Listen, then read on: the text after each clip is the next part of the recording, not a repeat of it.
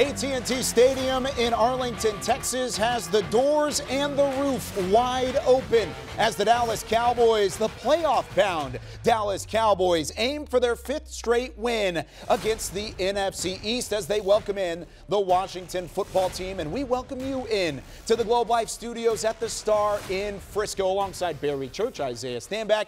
I'm Kyle Yeomans. Welcome into Cowboys Pregame Live. We're soon to be joined by Nate Newton, Britt Johnson, and Nick Eatman. Nick being live on the sidelines out at AT&T Stadium. The Cowboys are back home once again after 3 straight games on the road, all of which ending up in a win. One against the Saints, one against the New York Giants last week, and against this very same Washington football team. And we'll get to them in just a couple of moments. But first, we got to see how the Cowboys have an opportunity to wrap up the NFC East title tonight. It'll either take a win or they can actually wrap up prior to kickoff, being that the Las Vegas Raiders get a win over the Denver Broncos. And as you see there, they did just that. The Las Vegas Raiders helping the Dallas Cowboys clinch the NFC East title. It's the first time since 2018 that the Cowboys have won the division. Third time as Dak Prescott being the starter. And the Cowboys not only playoff bound, but they will have a home game at AT&T Stadium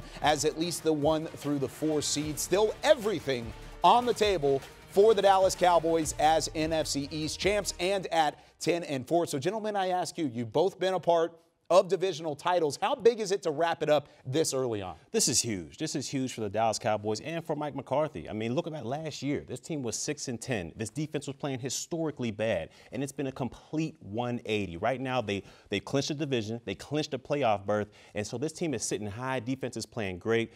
What a job Mike McCarthy and his team has done. As my guy BC just said, the bounce back was real. All right, these boys did a total 180, as he mentioned, coming back from last year. But now they're in a position where they can put away that goal, right? That was the first goal. That's the first tangible thing you have to do, win the NFC East. Cool, that's awesome. Throw it to the side. Now what's the next thing? Okay, control what you can control, win the rest of your games, put yourself in the best position possible to try to get that first round bye. You mentioned it, that the Cowboys should not be satisfied with winning the division. A division, of course, like the NFC East, that has not been very good over the last couple of years, but is it still a chip off the shoulder in terms of, okay, now we've gotten that done, there's a bit of relief going into the final 3 games? I would hope not. And the reason why I say that is simply because of the fact that your expectation should be greater than just your division. And when you have a team that's built like this, when you have a coaching staff that's built like this, your expectation should be that playoff run, whether that's a 3-game run or whether that's a 4-game run. That should be your expectation. That's where your sights need to be. And winning your division is just a part of the journey. Yeah, winning your division is definitely a part of it. And I know they have bigger goals than that. They have bigger goals than just winning the division. They want to have a long, sustained playoff run. And I think this team is capable of doing it. They just cannot relax. They still have to fight for playoff seeding. So there's still a lot on the table for this Dallas Cowboys team. Jerry Jones said it earlier that they are not satisfied with just a division title or a playoff berth. They want to make a run. They want to win a Super Bowl, and the Cowboys wrapping up the division for the first time since 2018, even prior to kickoff. But we do have a game to talk about, and we're going to preview it for you here over the next hour. And let's start by talking about this Washington football team, a squad that the Cowboys have seen very recently. It's the second time in the last 3 weeks that these two teams have clashed. What kind of added element does that bring to the table? It's tough. It's tough in my opinion because this team knows your strengths. They know your weaknesses out there. And just like we mentioned, you beat them 2 weeks ago. So they know exactly how you were able to beat them out there, which is going to make it a little bit tougher. What the Cowboys are going to have to do is they're going to have to fight that urge to just relax. You know, we just mentioned it. They clinched the playoffs. They clinched the division. They beat this team 2 weeks ago. They're going to have to fight that urge to relax and really stay focused in and locked in on this game tonight against Washington.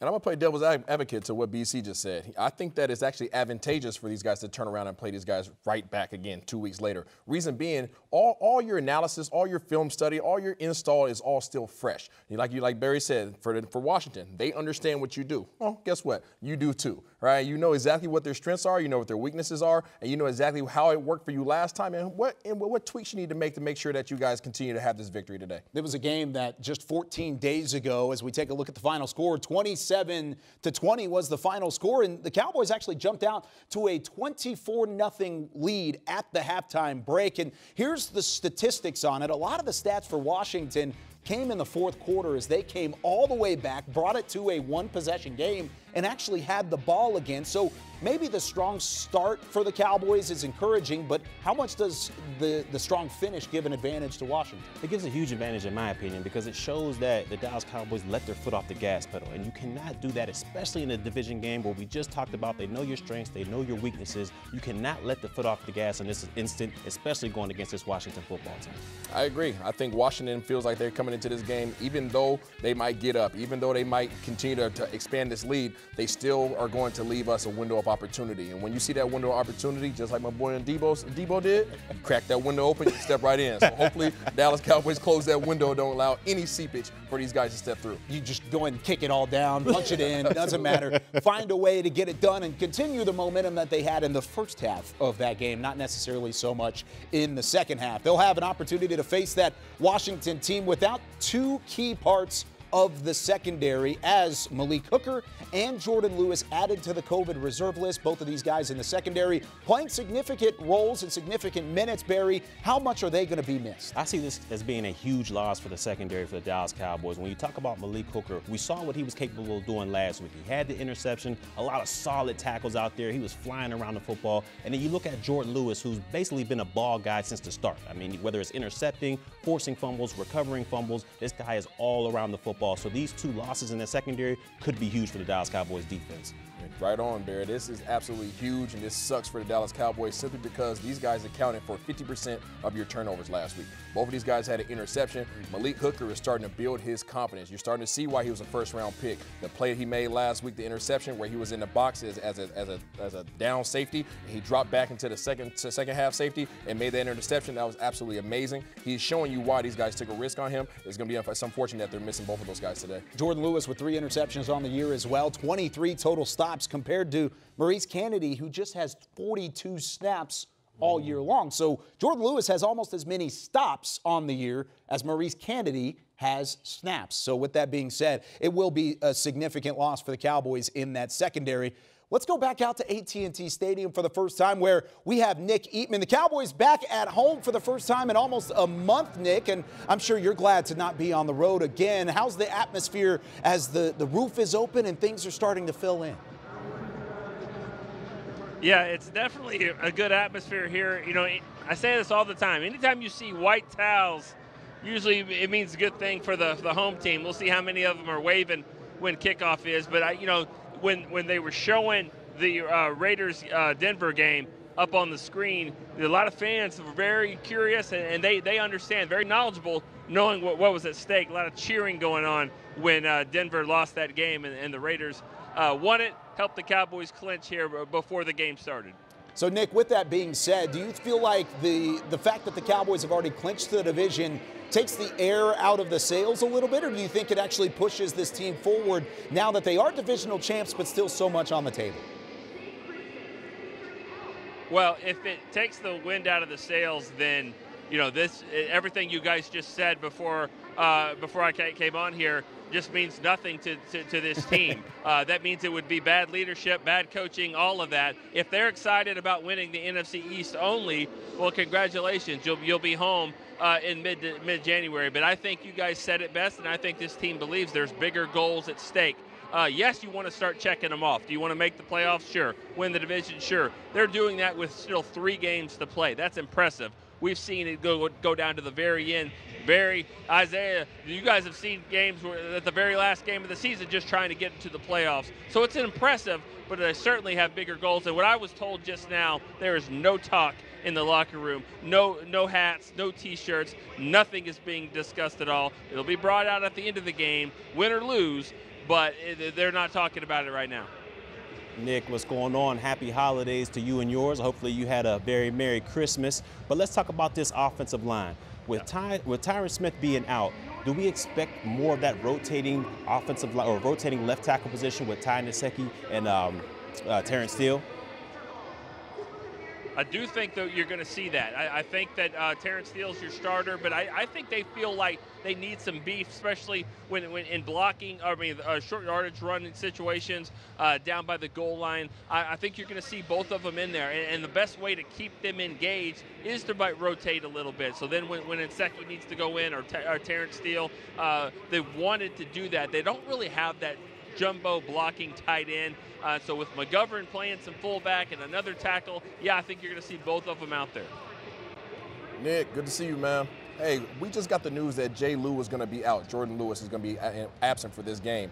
Who is going to be the next man up, and what is his defensive coordinator, Dan Quinn's, confidence level in the man that's going to be stepping up and try to fill those shoes? Well, I think that, you know, Kennedy was the guy that's brought up from a roster spot situation, hasn't played a lot. I think this is a good time to see what Kelvin Joseph has, and this is something the Cowboys have wanted to see, because you're going to get to next year and you're going to need to figure out, what does this guy have? He didn't play a lot last year, so he'll be a good opportunity. The problem, though, is not many guys can go and slide in and play in the slot. That's why I think Jordan Lewis is one of the more underrated players on this team, because he plays a position not many guys can do. Diggs can do it. He gets in there some, and Anthony Brown has done it as well. But it's just different. It's a different animal to just run in there and play in the slot. So if McLaurin is going to be shadowed around by Diggs like we saw 2 weeks ago, that means everyone else is shuffling as well. So it'll be interesting to see how they do it. I'm expecting some snaps for Kelvin Joseph.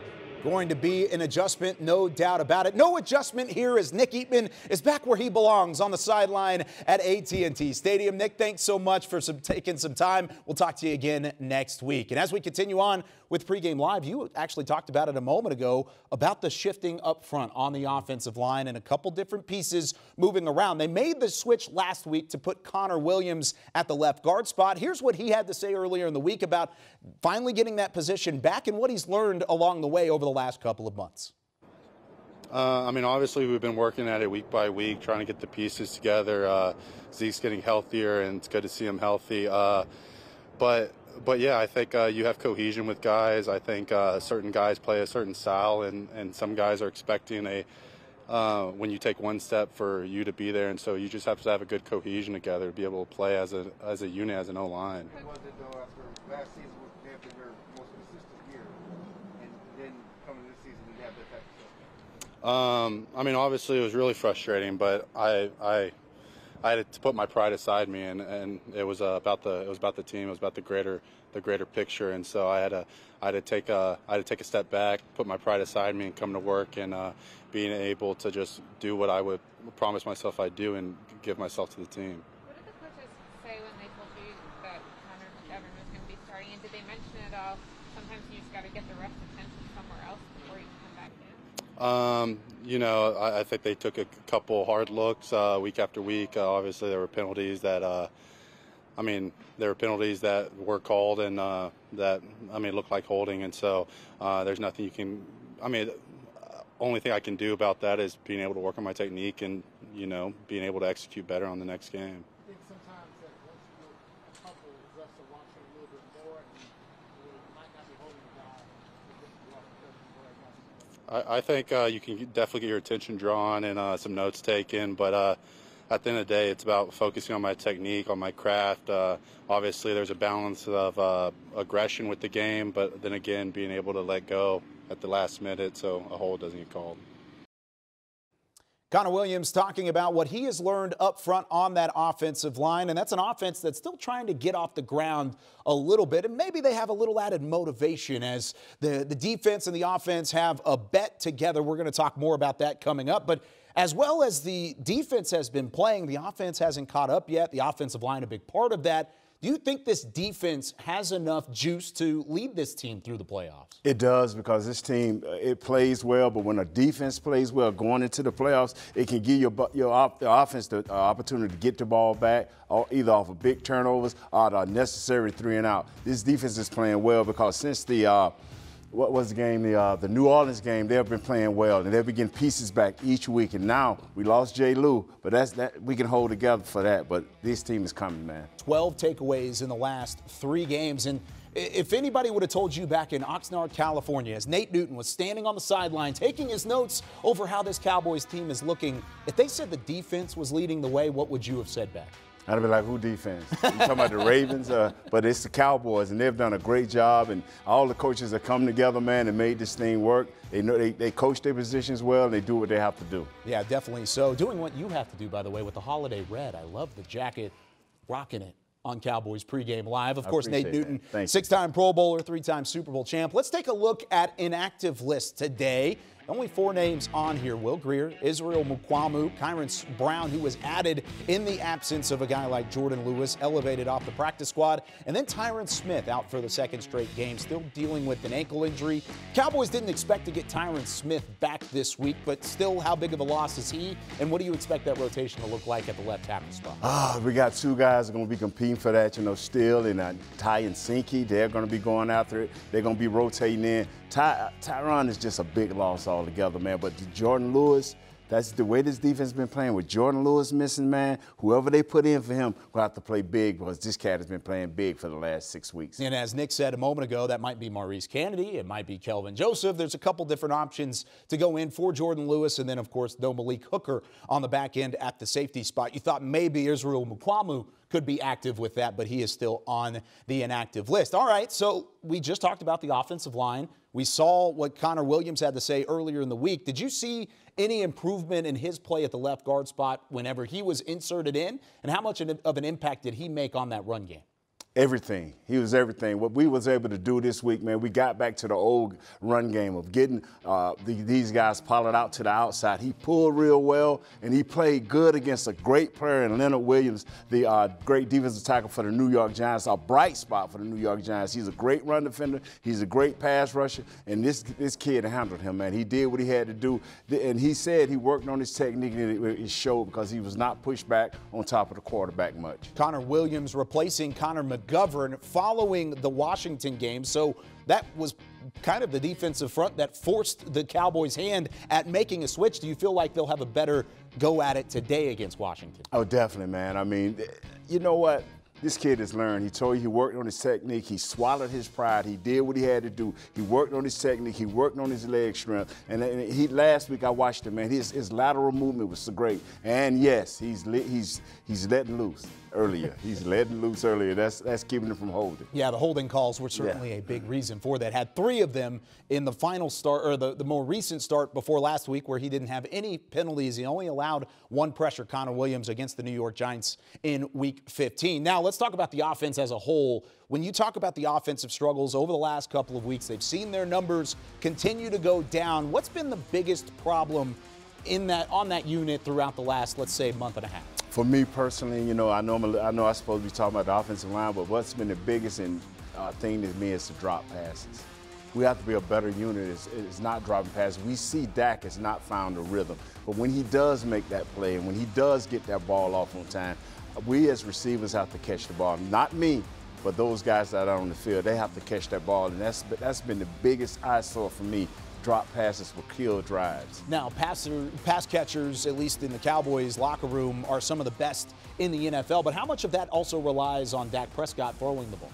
It's a lot. I mean, with his mechanics, with him being mentally right. But, he's been on a little duress here because they've been switching offensive lines, which is my 2nd biggest deal. But now that they've settled that offensive line, they know what's going on. Dak seemed to have found a rhythm last week. But the drop passes, I'm telling you, trust me, that has to stop, because if you want your quarterback to really get into a groove, you have to catch those big plays and the small plays too. Do you feel like the offense gets back on track here in the final month of the regular season? I think they do. I think they've just been rolling along, and I know that shouldn't be with a Cowboys team that's been sporadic over the years. I think they've just been rolling along. I think Kellum is going to come out of his bag, as the young guys like to say, and do some tricks. Yeah, that Cowboys offense trying to keep up with the Cowboys defense and what that they have brought to the table over the last couple of weeks, and now they have a little motivation there as well. I promised we would get to the bet, touchdowns versus turnovers. Here's Micah Parsons on the bet that's at hand, and a little competition, healthy competition between the offense and the defense. Man, we peaking at the right time. We're extremely confident we're going to win that battle. And I know Dak good for it. He's going to pay up at the end of the year. We all know he's good for it. So we'll be collecting at that final game. Is it one of those bets that's not terrible if you lose because of either scoring and helping? Yeah, it's a win-win situation. You can't win. I hope they go out and score 10 touchdowns. You know what I mean? Make my job a whole lot easier. I know it's going to be passing down every time. Y'all talking about it in practice every day? Do you have something up? Nah, it's just a friendly reminder right before the game. You know what I mean? Don't forget what's on, and we've been doing our part. Micah, Dan was talking to us about how when you make a mistake, you never make the same mistake twice. Where does that football IQ and instincts come from, or where can you trace that ability to? I just know, I mean, just as a competitor, people target your weaknesses. So I always try to make sure, like, no matter what I do, and I try and tell George and Q all the time, I was like, all right, I won't make the same mistake twice. I never do, because once you're known for something, you're always known for it. So I try to just be known for playing pretty much perfect if I can. So I really just say the dedication and the grind and the hunger to, just wanting to be better at everything I do. So the reported prize of the bet for who gets more, which unit gets more touchdowns or turnovers, is a full paid vacation from the other side. So with that being said, if it were over the last 3 weeks, the defense would probably have the best case scenario. These are averages. Reminder of that. This is not just total. This is averages. 12 points, 184 passing yards. Those 4 turnovers on average, probably the biggest one, along with 33% on third down. Both of those numbers, Barry Church, are going to win you a ton of football games. Without a doubt, and it looks like they're going to win them the bet as well. But I'm glad I didn't make any of these type of bets when I was playing, because we would have lost each and every year to the offense. But look, it's good to see these players having fun with it. They're not out there just all clamped up, because that's the last thing you need going into the playoffs, is your team to be all uptight and the pressure just too much for them. So it looks like they're having a good time out there. They're loose with it, and I'm glad they're having fun.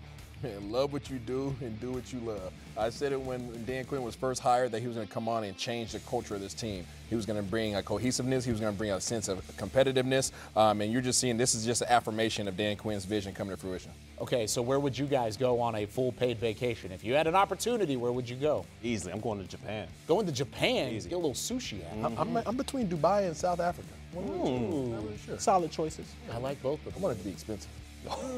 You want it to be a punishment for losing the bet. Okay, I see how Isaiah's talking about it. Now, the Cowboys could get a lot of help from the secondary in that regard. They've already had a ton of help from a secondary that leads the NFL in interceptions, and Trayvon Diggs is leading the way with 10. He is just one away from tying the Cowboys' single-season interception mark. Of course, Everson Walls right up there at the top. He's on that list a couple of times. But, of course, his 1981 season is one of the reasons why he is so heralded throughout this entire organization. But do you feel like Trayvon Diggs, with 3 games left, can catch what Walls did in 81? 100% yes. I think he can catch Everson Walls. And I'll tell you this much, Kyle and Isaiah.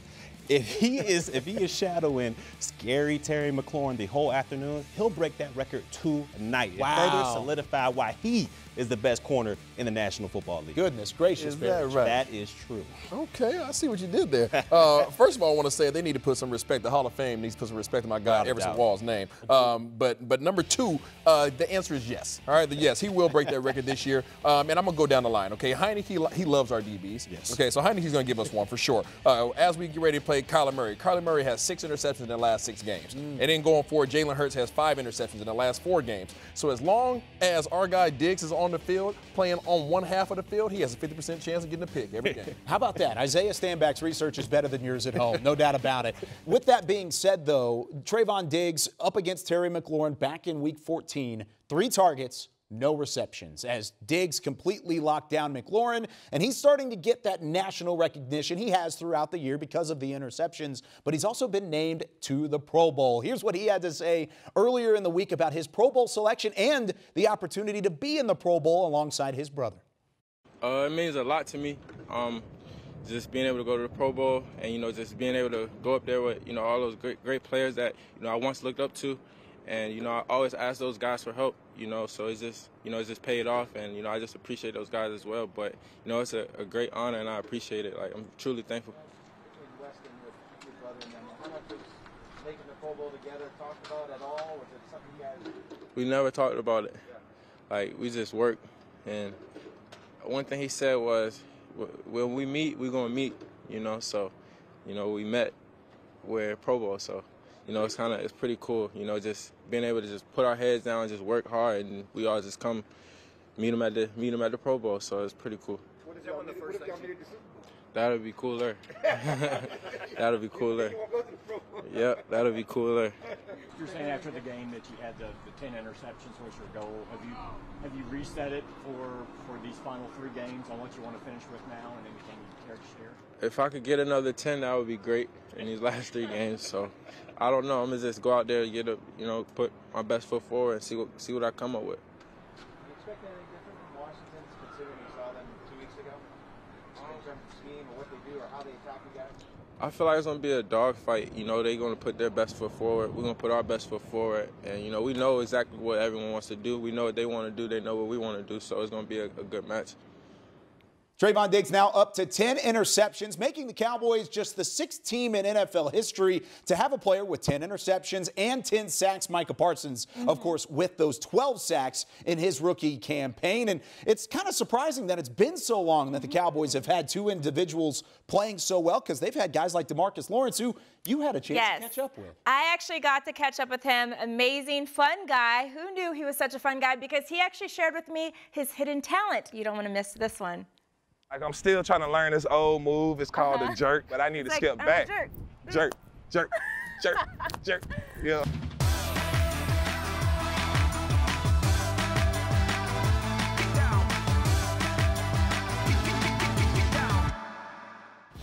Hey, what's up, y'all? Britt Johnson here with DeMarcus Lawrence. It is time to go 0 to 100, presented by Dr. Pepper Zero Sugar. You ready to hit the field? Let's go. Let's do this. All right, our first question that we have for you. Would you rather play in the snow, the rain, or the heat? I choose the heat. I have more control over those circumstances.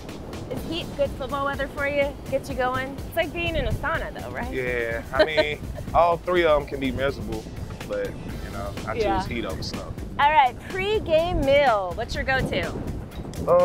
I'd say pasta, any types of pasta. Just for the carbs and, the full. It's good, right? Yeah. Best subject when you were in school? Oh, math, of course. Zach Martin said the same thing. Yeah. We got a bunch of math whizzes on the Cowboys. Oh, yeah. Best gift you have ever been given? Been given. I think my 10-year-old gift for Christmas was a Pikachu chain. Pikachu? I remember Pikachu. That's that was awesome. my favorite. Do you have a real Pikachu chain now that's all blinged out? Nah, I think I outgrowed it. Maybe next year for Christmas? Oh, yeah. No. Okay. What are you most afraid of? Getting old. Getting old. Yeah. Okay. If you could compare yourself to any animal, what animal would it be? I'd say a lizard. A lizard? Why a lizard? Because they're slippery, and you can get through the smallest cracks. So. Nice. That's a good one. Which movie do you think needs a sequel? Ooh, that's a good one. You have to ask that on the way back. That one's hard. I knew I was going to trip you up on one of these. Yeah. How about what's your favorite holiday movie? Holiday movie? I can't remember the name of it. It was with not Sylvester Stallone, but the other guy. Oh, Die Hard? Nah, it's not Die Hard, but it's a Christmas movie. It's a Christmas movie? He had to go and find this little toy for his son, and he had to play the action figure in the parade. And his son. Oh, I know what you're talking about. We'll put it on the screen for the people. We'll figure it out what it is. All right, cool. All right, what is your hidden talent? My hidden talent. We all know what you're really good at, but what's a hidden talent that you have? I think I could dance, but my kids tell me We might have to see that in the end zone. We might have to see a move. And game day hype song. Game day hype song. Let's go, Little Bootsy, set it off. All right, I might need to see some dance moves here. Dance moves. We just got a touchdown. What's our dance move? Like, I'm still trying to learn this old move. It's called a jerk. Wait, the one? Yeah, no, is it that but one? like I keep skipping forward, but I need to skip back. Jerk. Jerk, jerk, jerk, jerk. Yeah. Okay, we both need to work on that one. Before we get out of here, we have a deserving fan that has a question for you if you want to take a listen to that. All right. Hello, DeMarcus Lawrence. My name is Carol Hamilton, and I love defense. I've been a Dallas Cowboy fan since I was a child and been a season pass holder since they built the new stadium. My question for you is what encourages you to work so hard at being successful? God bless. Yes, what encourages me? I can say God first, and then my family. Being able to have kids that look up to you, you don't have no choice but to set a good example. So, God and my family. Awesome. Well, thank you so much for joining us on 0 to 100, presented by Dr. Pepper, Zero Sugar. I'm Britt Johnson. Take Lawrence, and we're going to jerk on out of here. Already. Come on.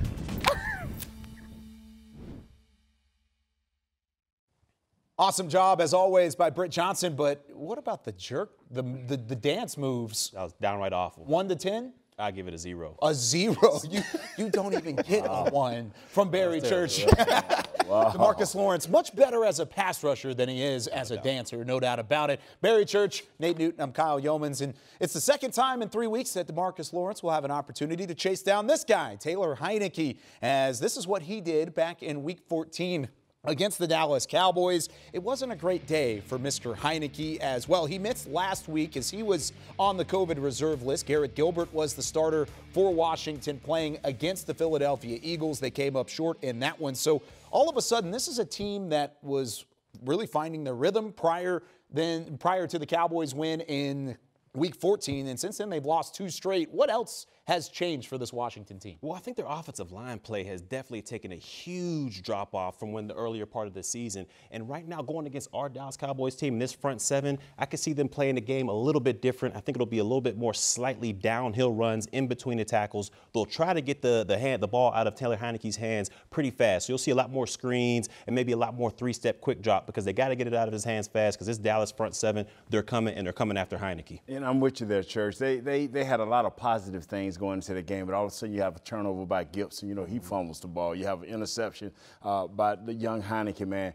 Their momentum is not high right now. They're not rolling. So right now, if we come out and put our foot on their neck, they'll fall apart soon. Yeah, they were 6-6, had won 4 straight entering that Week 14 matchup, and since then, they've lost to the Cowboys, and then they lost to Philadelphia last week, now traveling on the road to play the Cowboys today. The Cowboys also had an opportunity to shut down their passing game along with Taylor Heinicke because Antonio Gibson, the ground game, never got going to have that balance on the offensive side of the football. He still leads Washington on the season with 860 rushing yards, 8 total touchdowns. But how do they bottle him up again, Barry? Without a doubt, I think they can repeat the performance they had against Gibson in this Washington team. I think Dallas's front seven is way too talented and way too deep for this Washington football team to handle. So I expect Dallas to make Washington one-dimensional and force Heinicke to try to beat them with his arm, and I just do not think he has the capabilities of doing just that. Yeah, they say he's a young gunslinger, man. When you're a gunslinger, that means you'll throw the ball anywhere. And under pressure, you'll get even wilder and more sporadic. So if we can get ahead, 7 to 8 points, maybe 9 points, that's going to put their offensive coordinator in a panic position, and they'll start throwing the ball all over the place, man. We got too many pass rushes for that. Do you think that Antonio Gibson has an opportunity to establish that run early on as one of the better tailbacks throughout the year? He's been dealing with an injury as well. Do you still think they could get off the ground? Nah, like Church said earlier, their offensive line is in shambles, and they ain't going to be able to recover. We got too much going on with Gallimore in the middle, taking over, doing what he's doing, man. And, hey, Cowboys just too much. I'm with you 100% on that, Big Nate. I feel like the front seven for the Cowboys is just entirely too talented. I know Gibson is a heck of a back there, but he's dealing with injuries, and the poor play of Washington's front offensive line is just not good enough. I don't see him having a big day today. Yeah, that Washington game back in Week 14 was actually the first game where Randy Gregory, DeMarcus Lawrence, Neville Gallimore all had an opportunity to get on the field. They all shined in that game.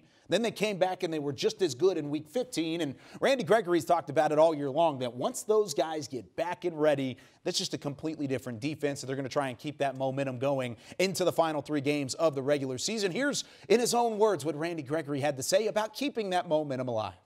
It's a big confidence boost. You know, DeMarcus he's our leader,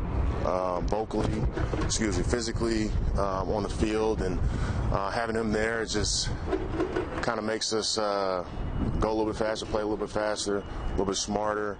You know, you have the cohesiveness, and you know, guys really know what to do, have the timing down, things like that. So having him out there is just a plus any week. Now that he's in year 8, and you think he's like looking at it and appreciating this moment of what you guys can do, maybe more than you guys would have in 15, 16, 18? I don't know. I definitely know he appreciates it. I think we all realize how special we are as a group.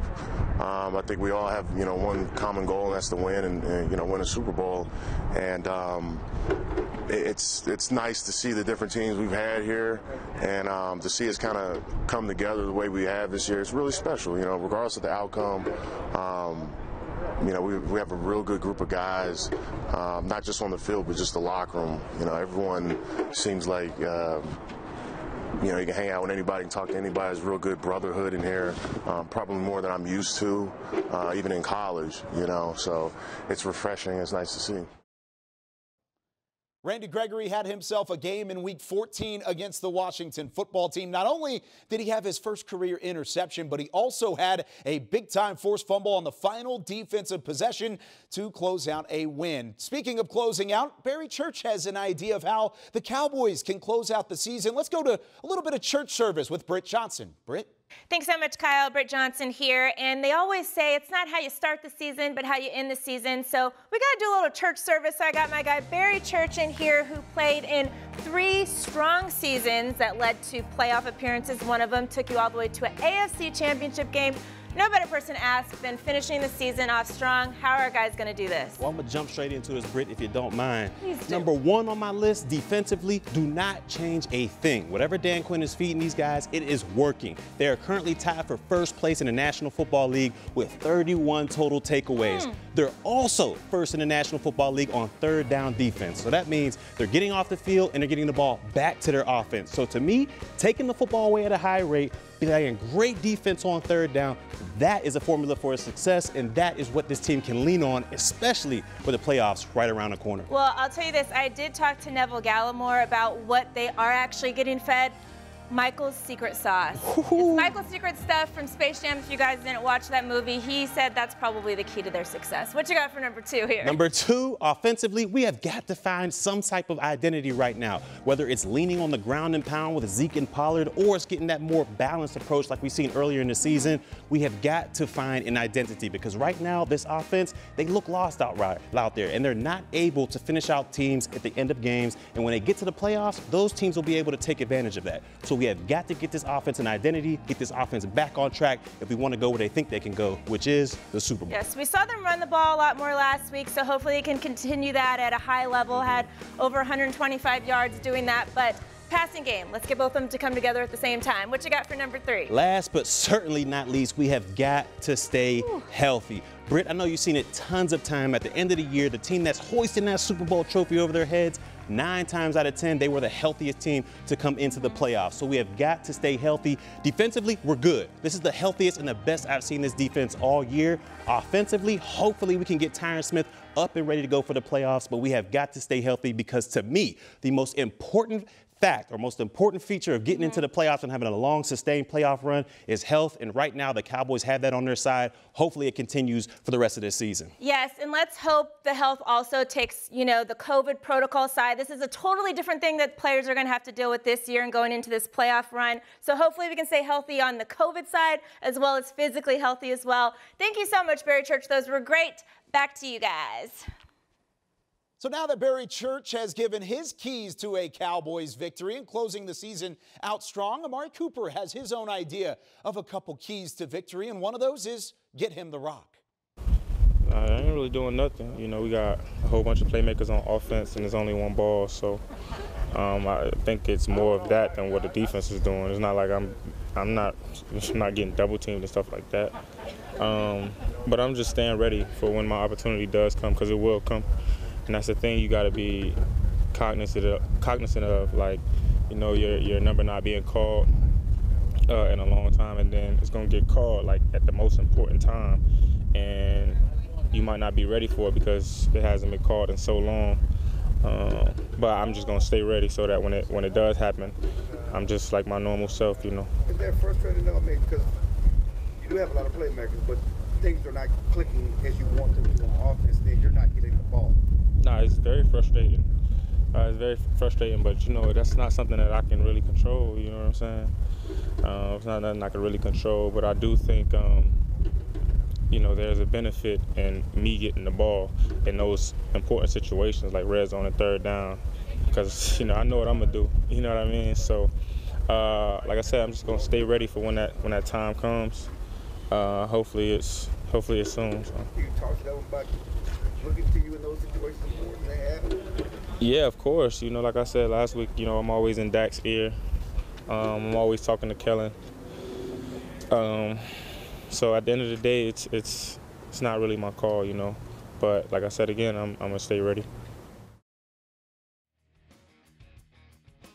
Of Amari Cooper. These are the numbers over the last 5 games, just the 23 targets. And if you want to go all the way back to week 8, that was the last time that Amari Cooper had a 100-plus receiving yard game. And Cooper Rush was the quarterback. That was in week 8, of course, on the road against the Minnesota Vikings. That ultimately turned into a win. Welcome back into the Star in Frisco. Cowboys pregame live. Barry Church, Isaiah Stanback, Nate Newton. I'm Kyle Yeomans. And there may be a little bit on the side of Amari Cooper because the numbers certainly show he has not been getting the rock. Just 2 receptions last week, 8 yards. Do you think he has a bit of a case to try and open this offense back up? Without a doubt, I think he has more than just a little bit of a case. He has a major case right here. And to me, I'm saying with that $20 million price tag, he needs to be getting a lot of targets, especially in the red zone. And they just haven't been able to find this guy. I don't know if he's getting locked up or if they just, just can't find him out there. But they need to be getting this guy the rock more. He deserves it, and I think he should be getting the rock.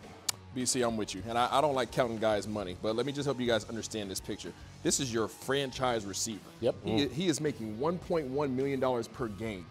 Per game. Over the last 5 games, where Dallas Cowboys are averaging 41 pass attempts per game. You know what he's averaging on catches? What are you talking about? 3 catches over that 5-game span. 3 catches per game is what he's averaging. This is unacceptable for somebody that you consider to be your #1 receiver.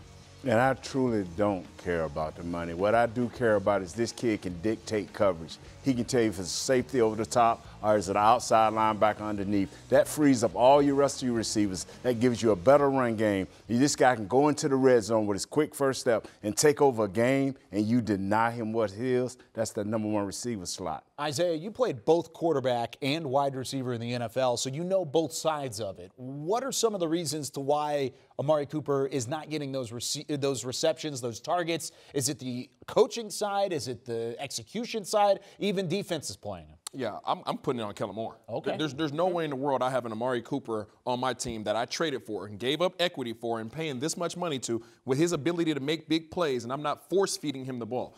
Unacceptable. Kellen Moore has to figure out a way. That's why you are in a position of offensive coordinator. Amen. It's very interesting to look at because in the early parts of the season, Amari Cooper was a featured part. This offense was rolling, and then once everybody got back, Michael Gallup, CeeDee Lamb, Amari Cooper, all healthy again, then all of a sudden the targets start going away from your #1 receiver, at least in terms of the last couple of years. So Amari Cooper in that same category as well. But what about quarterback 1? How about Dak Prescott? Because there's a lot of the blame that relies on him for this offense trying to get back on track. How much pressure is on him to find his right footing over these last 3 games? I would have to say all the pressure is on Dak Prescott out there. I mean, this is a guy, he's a QB1, he's a franchise leader, the face of the Dallas Cowboys. And like we talked about earlier, this guy has a hefty price tag on his back as well. So with that being said, they're paying this guy a lot of money. We need you to be that Dak Prescott we saw at the beginning of the season, where he was dealing and dicing every defense out there. We haven't seen it since the calf injury. Hopefully he's healthy all around together, but we need more out of #4 out there.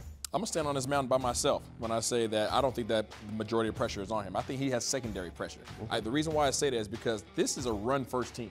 Regardless of what they're paying him, regardless of what they're trying to make him, throwing the ball 41 times a game or on average, this is a run-first team, and Dak Prescott's success is going to come on the back of this running game. Majority of the big plays come off of play action, and as long as you're making him drop back and throw the ball 40, 50 times a game, this team is not going to be as successful as they want to be. You hear all during the week about, well, they are not blitzing him. They are blitzing him. Well, you know what? Run the ball and find Amari Cooper, and that'll dictate coverage, and that'll make all your reads that much easier. Offensive line is getting better.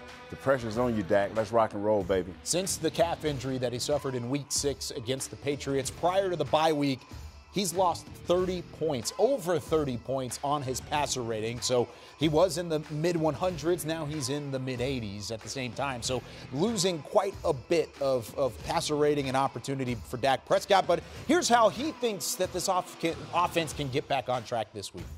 Yeah, I mean, you want to get the ball to him.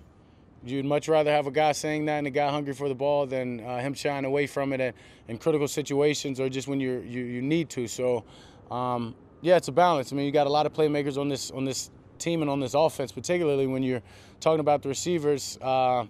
Not just those three, but the guys I said, and Malik behind him, and then you've got two great backs that it's only one ball. So, I mean, he understands that, and he does whatever he can to help the team when he's not getting the ball. But, yeah, we'd love to get him the ball more as much as some of the other guys. How frustrating is you keep saying, and we keep saying, everybody keeps saying you got a lot of playmakers, but yet those playmakers, the offense is not producing.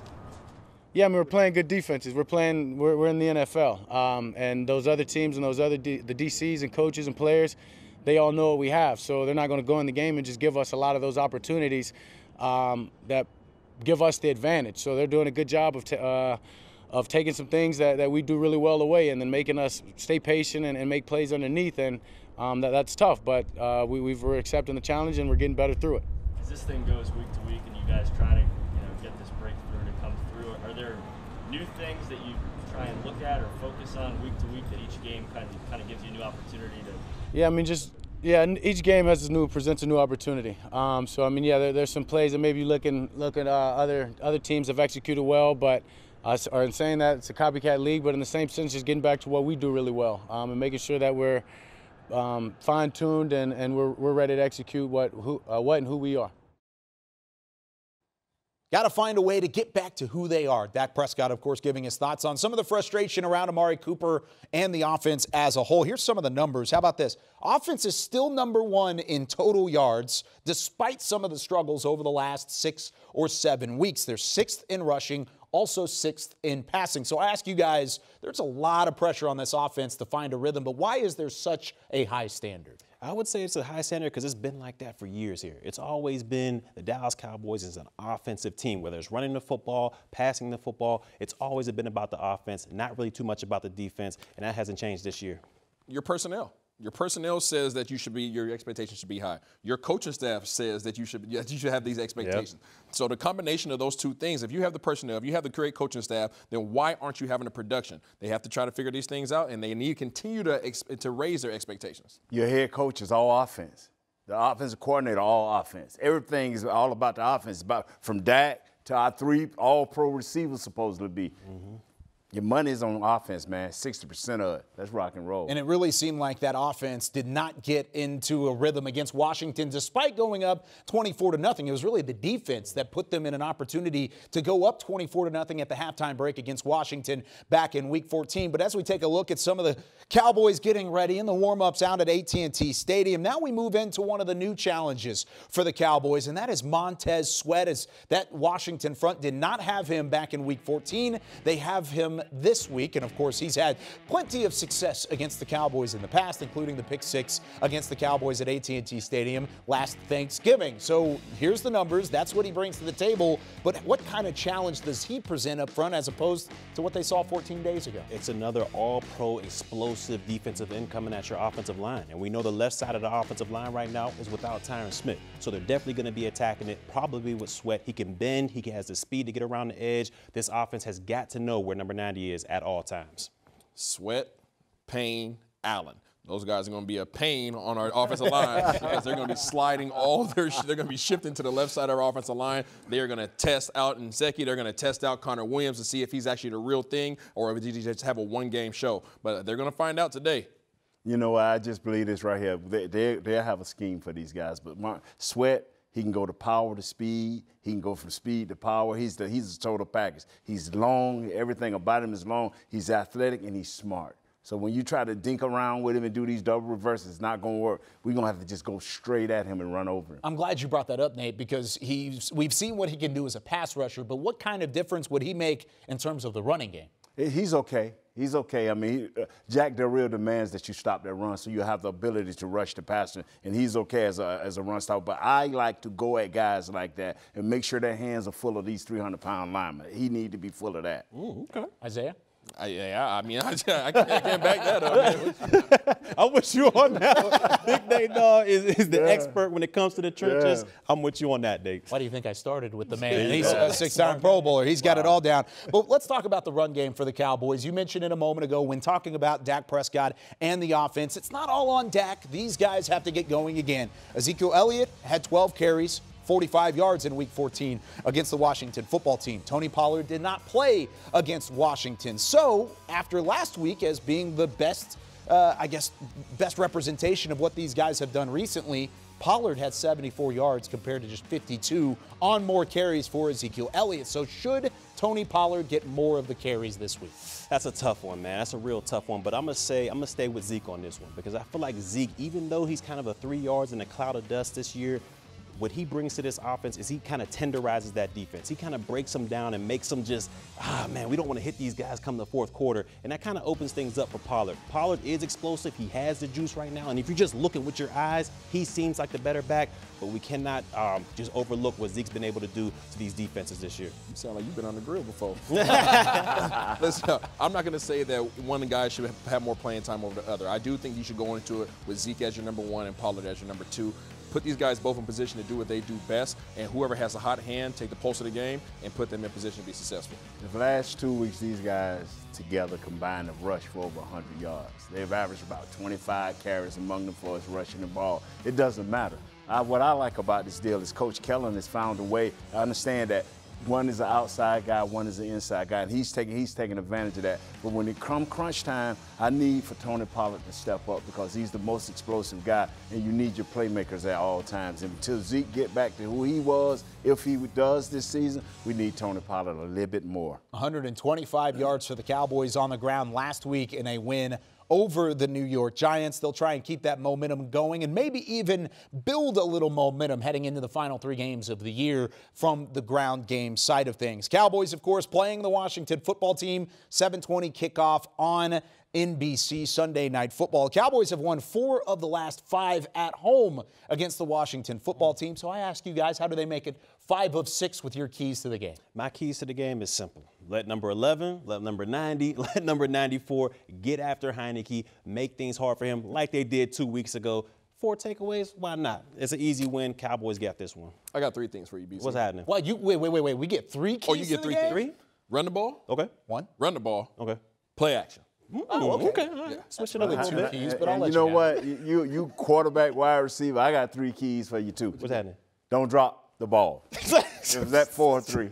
Don't drop the ball. That's 4. Yeah, don't drop the ball. Make it work, baby. Don't drop the ball. I'm serious. If the Cowboys want to get our quarterback back going and get everything rolling, we have to not drop the ball. We have to make plays for him so his confidence can come fully back and you can start by doing it this game. How about that? And before we do wrap things up here on 4, by the way, Nate, 4. Yeah. Don't drop the ball. Good. All right. But before we wrap things up, we mentioned it at the start of the show. Want to hit it again. Cowboys are NFC East divisional champs because of the Las Vegas Raiders win over the Denver Broncos. And I want to ask you guys again, just in case we have some new viewers, how big is that for the Cowboys to wrap things up even before kickoff happens? It's huge. It's huge. Now you have that goal out of the way. Now you can focus on what you need to get ready for the playoffs.